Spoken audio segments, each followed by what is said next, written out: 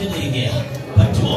എന്റെ വീട്ടിൽ നിന്ന് ഒന്നിനെ ഞാൻ ഇന്ത്യയുടെ സുവിശേഷത്തിന് വേണ്ടി ഹാൻഡ് ഓവർ ചെയ്യാമെന്ന് തന്റെ ഇടത്തോടെ പറയാൻ കരുത്തുള്ളവരുണ്ട്. ഉയർത്തിപ്പിടിക്കാൻ കൈ കാണട്ടെ. പിശാചി കാണട്ടെ, പിശാചി കാണട്ടെ, പിശാചി കാണട്ടെ.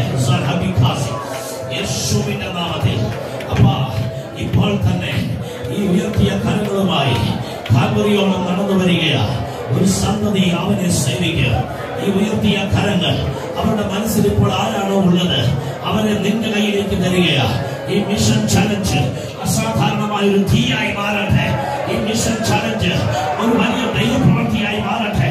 അവരുടെ കെട്ടിവെച്ചിരിക്കുന്ന വ്യക്തി ഇപ്പോൾ അഴിഞ്ഞു മാറട്ടെ.